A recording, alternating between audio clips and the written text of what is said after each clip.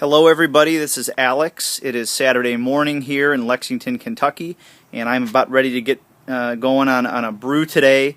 It's going to be a pumpkin spice Saison, and our base malt today is going to be a Belgian Pilsner malt. We also have a Franco Belges Vienna malt, along with Belgian biscuit malt and a little bit of flaked wheat for some body. I hope this is going to be a nice fall seasonal beer, and I've added some spices, some cloves, pumpkin pie spice, nutmeg, some whole cinnamon sticks, and a pound of canned pumpkin. Over to my right here you can see our mash kettle going. I have my Blickman burner. I don't know if you could see the flames there, but it's done a nice job for me thus far, and we're getting ready to mash in. But before that, we have to get our temperature up for our mash water. I need a temperature of about 168, and we're at about a little bit under 160, so we have a little bit more to go. Check back with me in a little bit, and we'll go ahead and mash in. Hey guys, welcome back to Brew Day. We are about to mash in here. Want to make sure our temperature is up to par. We look like we're right at 168, so I'm going to go ahead and start throwing some grain in. I'm going to go ahead and start putting in my Belgian Pilsner malt, and let's get going here.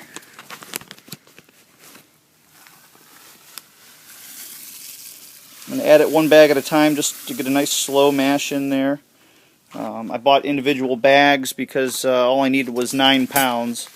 But I'm going to continue to add these bags of grain. It's a little tricky to carry the camera as well, but I'll come back when there's a full mash tun and do a little stirring for you.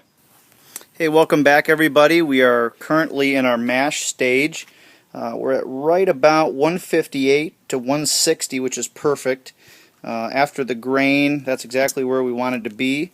We're going to be at this stage for about another 40 minutes, and as you can see, the nice golden orange color, all the pumpkin and that nice Belgian Pilsner malt. I'm just making sure to stir this up so we don't get any some scorching, but we're just going to keep at this. Let's see what our front thermometer says.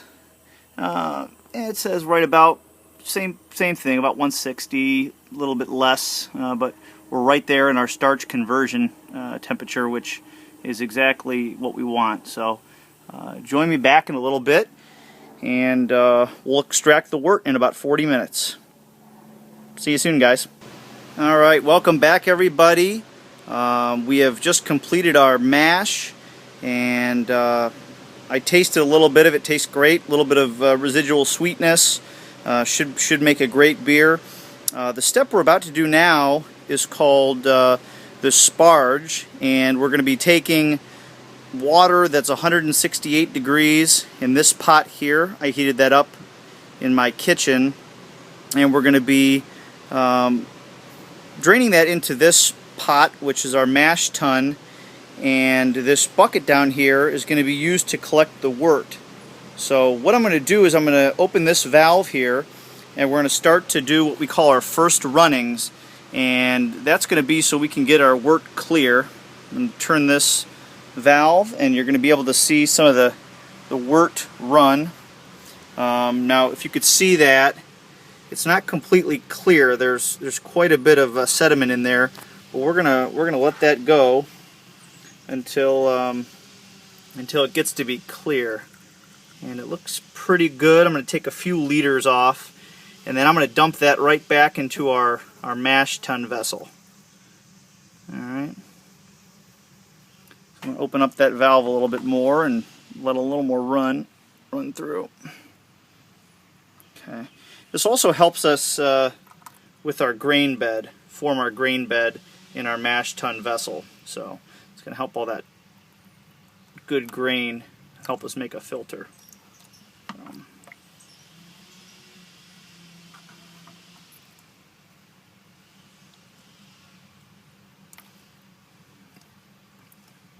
Alright, I think that's good. It looks like our mash tun is clogging a little bit, which means I got to give that a good stir.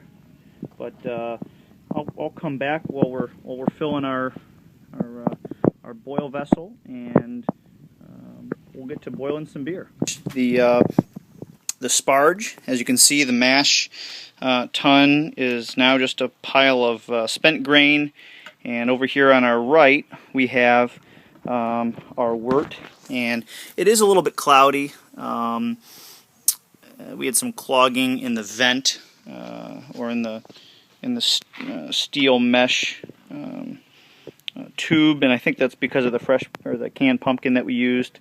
I'll have to figure out a different method next time, but I'm going to go ahead and get this wort boiling, and we'll see you back in a few minutes. Just got up to the boil temperature.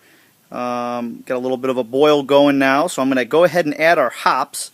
I got to add 1.5 ounces of German Hallertau hops in the boil. So let's go ahead and do that. Nice and slow. You got to watch it when you add your hops. Sometimes it could boil over, so we're going to do it nice and slow. And then got another 1/2 ounce to go, so I'm not going to add this whole thing, but I'll use roughly about half. A little more. All right. So we've got our Hallertau hops now, and we're ready to go for 60 minutes. So I'll check back with you guys in about 50 or 55 minutes, and we'll add some more ingredients. We got the spices still, and that'll be the fun part. Should put off a nice aroma. See ya. Welcome back to Brew Day, everybody. We are close to the end of our boil, and I'm about ready to add some spices. This is what's going to give the pumpkin spice Saison its fall harvest type flavor. So I'm going to add a teaspoon of nutmeg,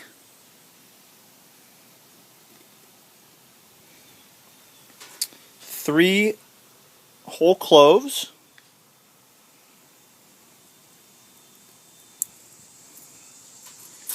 and 1/2 teaspoon of pumpkin pie spice. It's going to give it a nice nice harvest flavor. And the last thing we're going to add at this step is going to be 3 whole cinnamon sticks. So this is going to boil for 10 minutes, and we got one more hop addition at 5 minutes, and then we're going to cool this this boil pot down. So we'll see you in a little bit. Welcome back, everybody. We are at the end of our boil, and I'm using my immersion chiller to cool the wort. Remember, boiling is at 212 degrees Fahrenheit, and right now we're at right about 160. So this immersion chiller is pretty neat. It takes garden hose water and cycles it through a copper coil, a series of copper coils, and actually takes that water and spits it out. And I'm not doing a good job watering my grass, but I'll go ahead and move that. So pretty neat way to cool your wort, and does it fairly quickly, probably 15-20 minutes, and we'll have this down in a pretty good temperature range to pitch our yeast. So we'll see you guys in a little bit. Welcome back, everybody. We have successfully pitched our yeast, and I have now put my carboy into my fermentation chamber or my beer fridge. So this contraption, I'll explain a little bit about what we got here. The beer is in a carboy, in a glass container, very easy to clean. You could see coming out of the carboy there is a bung made of plastic, which has a hole in it, and that allows me to put some small diameter plastic tubing out of that. That's gonna allow me to blow off some of the carbon dioxide that the yeast creates. The carbon dioxide is then going to travel through the tube to the mason jar, where you're going to see that bubble probably in a day or two, if everything goes right. The water does not allow oxygen to go back through the tubing into our carboy. Oxygen is bad for the wort at this point. So this particular beer is going to be done in about 60 days. We have 30 days or so for a primary and secondary fermentation, and then about 30 days to condition. So this beer should be done right at the beginning of fall, which is what my goal was. Thanks for joining me, and we'll see you next time.